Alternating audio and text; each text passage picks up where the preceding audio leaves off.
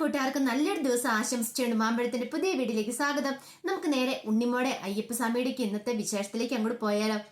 ഇന്നത്തെ വിശേഷത്തിൽ കാണിച്ചിരിക്കുന്ന പോലീസ് സ്റ്റേഷനില് അയ്യപ്പസ്വാമി SIയോട് പറഞ്ഞുകൊണ്ടിരിക്കുകയാണ്. സാറേ, ചെറിയമ്മ വിശ്വസിച്ചു വല്യമ്മ വൈഡൂര്യനാഗം എടുത്തെന്ന്. വല്യമ്മ വിശ്വസിച്ചു ചെറിയമ്മ എടുത്തിരുന്നു.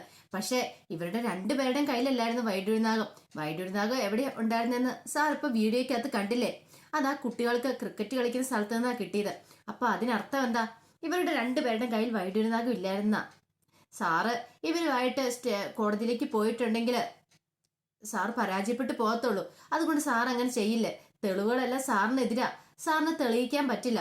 വൈഡൂര്യനാഗം ഇവരുടെ കയ്യിലാന്ന് പറഞ്ഞ് സാറ് ചെന്നിട്ടുണ്ടെങ്കിൽ അത് ആ കുട്ടികളുടെ കയ്യിൽ എങ്ങനെ എത്തിയെന്നൊരു ചോദ്യം വരും. അതുകൊണ്ട് സാറ് ഇതുമായിട്ട് മുന്നോട്ട് പോകാതിരിക്കുന്ന നല്ലതെന്ന് ഗിരിദേവൻ പറയാണ്.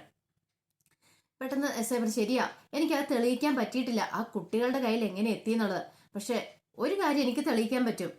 2 കൊലപാതക ശ്രമം ഇവര് നടത്തിയെന്നുള്ള കാര്യം.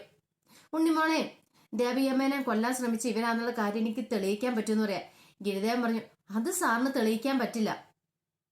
ഒരു കാരണവശാലും മുത്തശ്ശി ഇവർക്കെതിരെ വന്ന് മൊഴി കൊടുക്കില്ല. സ്വന്തം മക്കളാ. സ്വന്തം മക്കൾക്കെതിരെ അമ്മ ഒരിക്കലും കേസ് കൊടുക്കില്ല. കേസ് കൊടുക്കില്ലെന്ന് മാത്രമല്ല, അങ്ങനെ എന്തെങ്കിലും ചെയ്യാനായിരുന്നെങ്കിൽ അനുപമ വൈഡൂര്യനാഗം എടുത്തോണ്ട് പോയ സമയത്ത് മുത്തശ്ശിക്ക് എല്ലാവരും തുറന്നു പറയായിരുന്നു. മുത്തശ്ശി എന്തുകൊണ്ടാ അത് പറയാതിരുന്നേ? മക്കള് തമ്മിൽ വഴക്കുണ്ടാക്കുന്ന കാണാൻ ആഗ്രഹമില്ല. അതുപോലെ തന്നെയാണ് മക്കൾ ജയിലിലേക്ക് പോകുന്ന കാണാനും മുത്തശ്ശിക്ക് ആഗ്രഹമില്ല. ഉണ്ണിമോളും അങ്ങനെ തന്നെയാ. ഉണ്ണിമോളും ഒരു കാരണവശാലും ഇവർക്കെതിരായിട്ട് മൊഴി കൊടുക്കില്ല. അങ്ങനെ വരുമ്പോ ആ കേസും തള്ളിപ്പോകത്തുള്ളൂ. അപ്പൊ ഇതിന്റെ പുറകെ പോണോ സാറേന്ന് ചോദിക്കുകയാണ്. SIക്ക് മനസ്സിലായി ഇനിയിപ്പൊ തെളിവുകളെല്ലാം എതിരായതുകൊണ്ട് കോടതിയിലേക്ക് പോയാലും രക്ഷപ്പെടാൻ പോകുന്നില്ലെന്ന്. പിന്നീട് SI പറഞ്ഞു, ഈ ഒരു തവണത്തേക്ക് നിങ്ങൾ രക്ഷപ്പെട്ടു. എല്ലാ തവണ ഇങ്ങനെ രക്ഷപ്പെടുമെന്ന് വിചാരിക്കേണ്ട. എപ്പോഴെങ്കിലും ഇനി ഏതെങ്കിലും ഒരു പ്രശ്നത്തിന്റെ പേരിൽ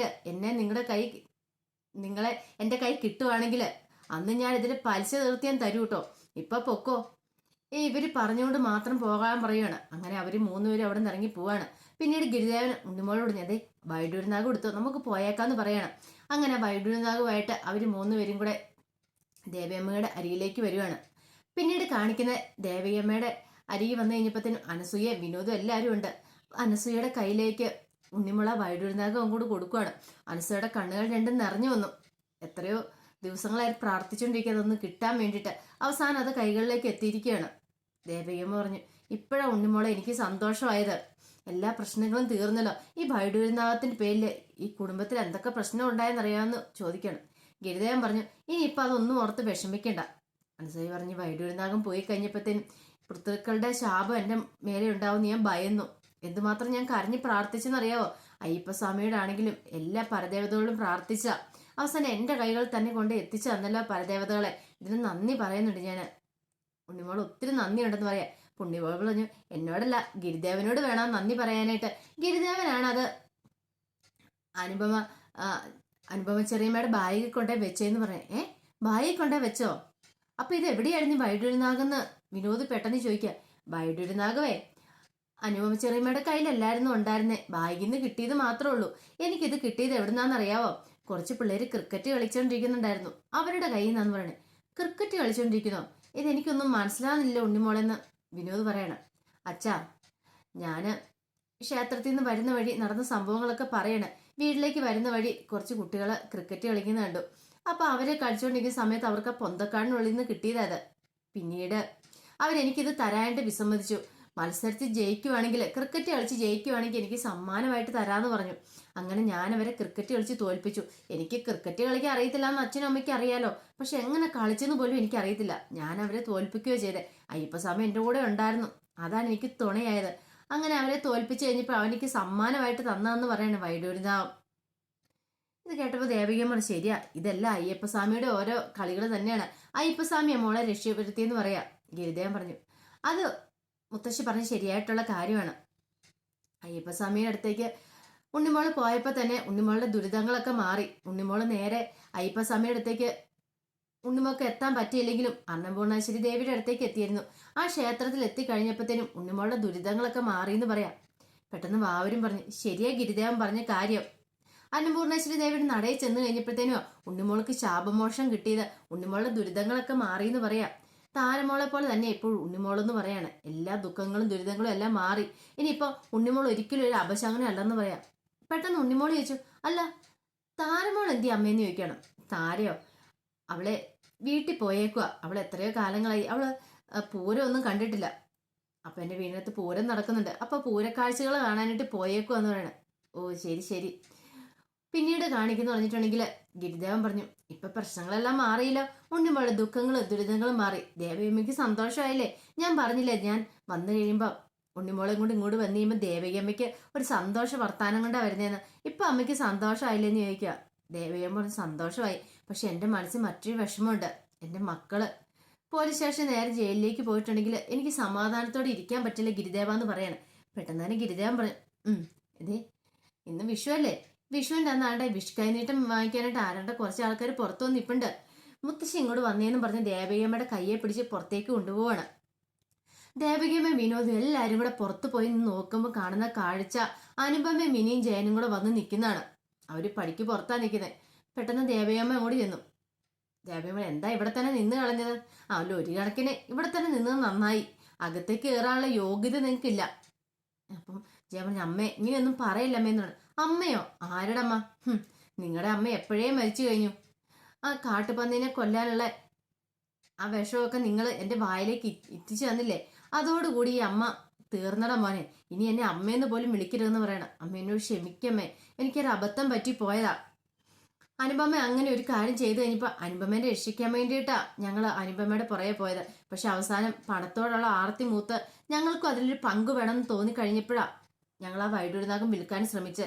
ഞങ്ങളോട് ക്ഷമിക്കമ്മേന്ന് പറയണം. ക്ഷമ നിങ്ങൾക്ക് ഞാൻ മാപ്പ് തരണല്ലേ എന്ന് ചോദിക്കുകയാണ്. ജയൻ പെട്ടെന്ന് ദേവയമ്മയുടെ കാൽക്കലേക്ക് വീഴുകയാണ്. പെറ്റമ്മയല്ലേ, ആ മനസ്സ് നോവില്ലേ? സ്വന്തം മോൻ കാൽക്കീഴ് വീണ് ക്ഷമ ചോദിച്ചു കഴിയുമ്പം മാപ്പ് കൊടുക്കാതിരിക്കാൻ പറ്റില്ല ദേവയമ്മയ്ക്ക്. ദേവയമ്മ പിടിച്ചേൽപ്പിക്കുകയാണ്. പോട്ടെ മോനെ, സാരമില്ല, നിനക്ക് അബദ്ധം പറ്റിയതാന്ന് എനിക്ക് മനസ്സിലായി. ഇനി ഇത് ആവർത്തിക്കാതിരുന്നാ മതി. എല്ലാം കലങ്ങി തെളിഞ്ഞല്ലോ. നിങ്ങൾക്ക് നിങ്ങൾ ചെയ്ത് തെറ്റാന്ന് മനസ്സിലായല്ലോ. അതിനേക്കാളും വേറൊരു പശ്ചാത്താപം എനിക്ക് കിട്ടാനില്ല. അതിനേക്കാളും വലിയൊരു ശിക്ഷ നിങ്ങൾക്ക് കിട്ടാനില്ല. ചെയ്യുന്ന തെറ്റാന്ന് മനസ്സിലായി കഴിഞ്ഞിട്ടുണ്ടെങ്കിൽ പിന്നെ ആ തെറ്റ് ആവർത്തിക്കാതിരിക്കുക എന്നൊക്കെ പറഞ്ഞ് മുത്തശ്ശി ഉപദേശിക്കുകയാണ് അവരെ. പിന്നീട് മിനി പറഞ്ഞു, അനുപമയ്ക്ക് വേണ്ടി ഞാൻ അങ്ങനെയൊക്കെ ചെയ്തേ.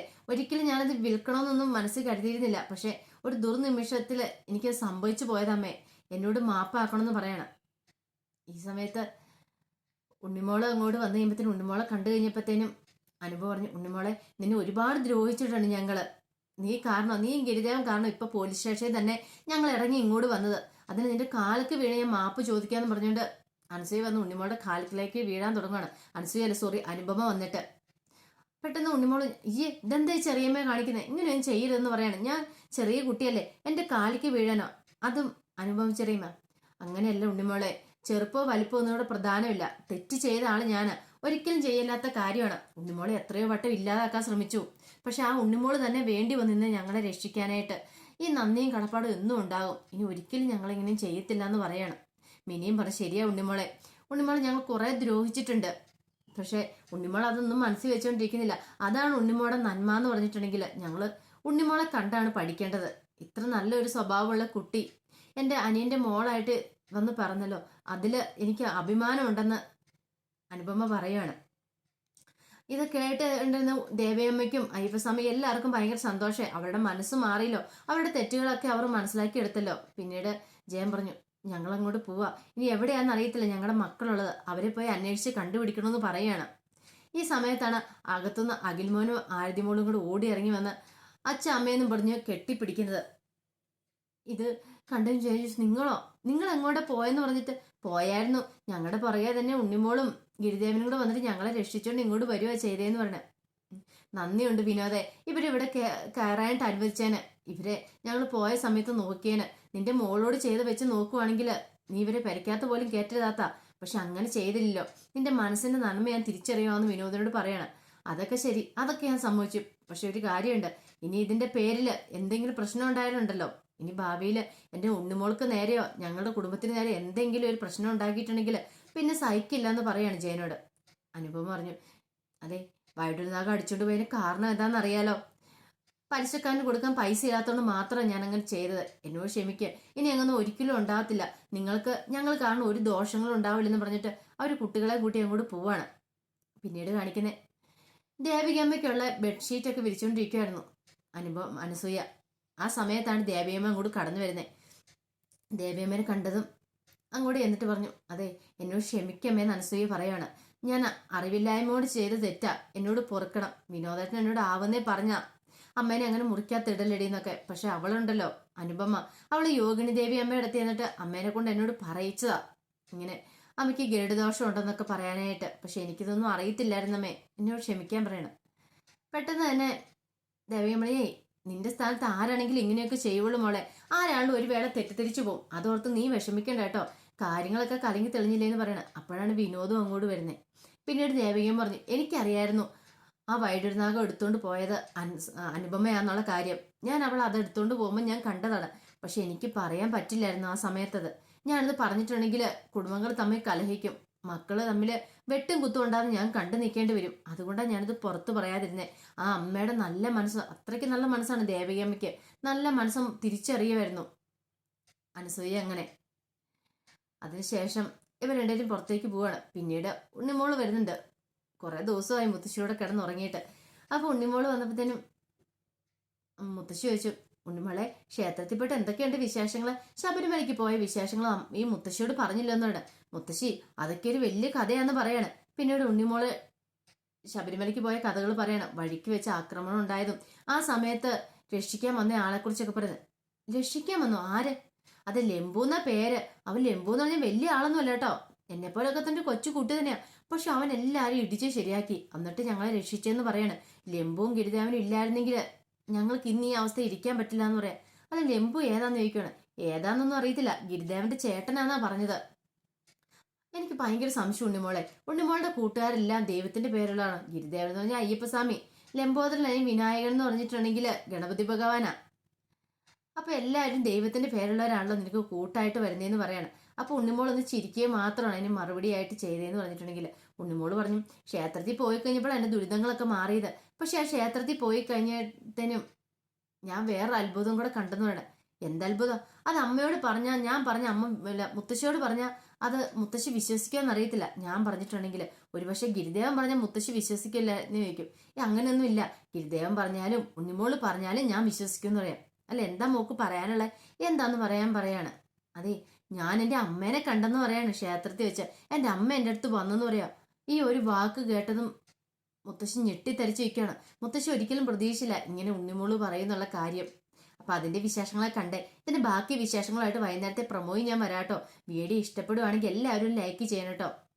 ആദ്യമായിട്ട് കാണുന്നവരാണെങ്കിൽ ഒന്ന് സബ്സ്ക്രൈബ് ചെയ്യുകയും കൂടി ചെയ്യണം കേട്ടോ. ഒരിക്കൽ കൂടി എല്ലാവർക്കും നല്ലൊരു ദിവസം ആശംസിച്ചുകൊണ്ട് നിർത്തുന്നു. നന്ദി.